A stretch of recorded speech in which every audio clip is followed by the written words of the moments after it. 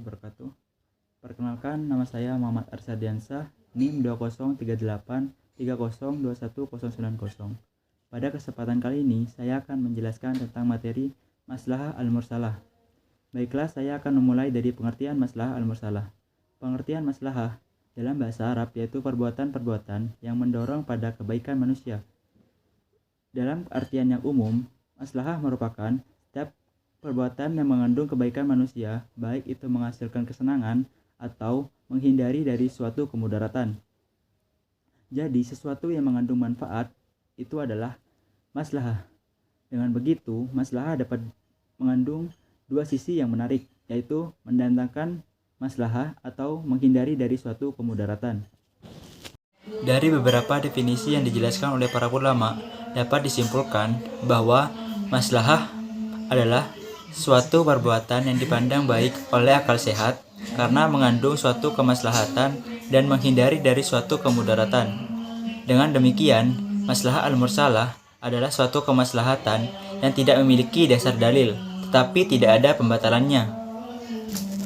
Yang kedua yaitu syarat-syarat agar maslahah al-mursalah dapat dijadikan dalil dalam menetapkan hukum. Menurut ulama Malikiyah dan Hanabilah, ada 3 syarat yang dapat menentukan maslahah al-mursalah sebagai dalil dalam menetapkan hukum. Yang pertama yaitu kemaslahatan harus sejalan dengan kehendak syara, dan suatu kemaslahan itu harus didukung nas secara umum. Yang kedua yaitu kemaslahatan harus bersifat rasional atau pasti, bukan hanya sekedar perkiraan. Jadi, dalam menetapkan hukum maslahah al-mursalah itu benar-benar menghasilkan suatu kesenangan dan menghindari dari suatu kemudaratan. Yang ketiga yaitu kemaslahatan harus menyangkut kesenangan orang banyak, bukan hanya kepentingan pribadi atau kelompok kecil tertentu. Yang ketiga yaitu macam-macam maslahah al-mursalah. Dilihat dari segi kekuatannya, dalam hujjah dalam menetapkan hukum Islam, maslahah dibedakan menjadi 3, yaitu yang pertama maslahah al-daruriyah, yang kedua maslahah al-hajiyah, dan yang ketiga yaitu maslahah al-tahsiniyah. Yang pertama yaitu maslahah al-daruriyah, yaitu kemaslahatan yang keberadaannya sangat dibutuhkan oleh kehidupan umat manusia. Artinya, kehidupan umat manusia tidak ada apa-apanya jika ada satu prinsip dari 5 tersebut tidak ada. Yang kedua yaitu maslahah al-hajiyah, yaitu kemaslahatan yang tingkat kebutuhan hidup manusia kepadanya tidak berada pada tingkat daruri. Bentuk kemaslahatannya tidak secara langsung bagi pemenuhan kebutuhan pokok yang 5 atau daruri, tetapi secara tidak langsung menuju ke arah sanan seperti dalam hal yang memberi kemudahan bagi pemenuhan kebutuhan manusia. Yang ketiga yaitu maslahah al-tahsiniyah, yaitu maslahah yang kebutuhan hidup manusia kepadanya tidak sampai pada tingkat daruri, juga tidak sampai pada tingkat haji, namun kebutuhan tersebut perlu dipenuhi dalam rangka memberi kesempurnaan dan kehidupan bagi setiap umat manusia. Dilihat dari kandungannya, maslahah dibedakan menjadi 2 macam. Yang pertama yaitu maslahah al-ammah.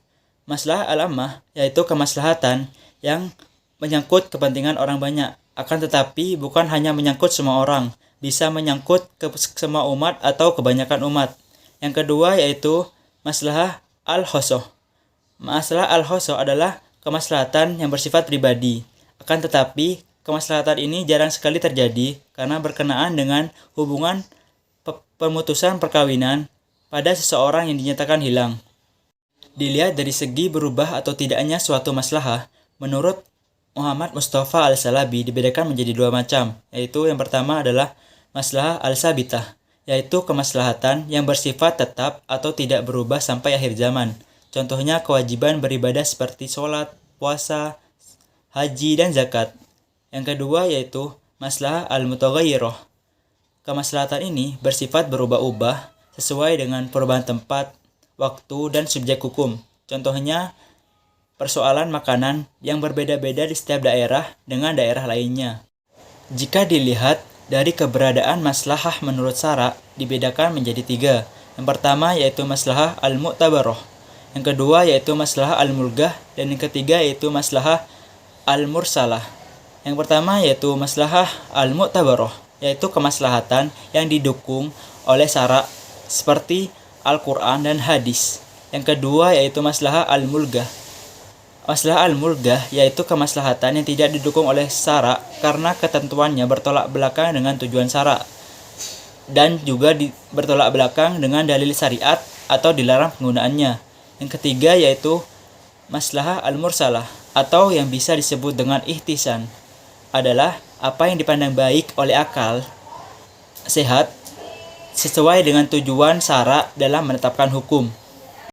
Baiklah, sekian penjelasan saya mengenai maslahah al-mursalah. Kurang lebihnya saya mengucapkan mohon maaf. Wassalamualaikum warahmatullahi wabarakatuh.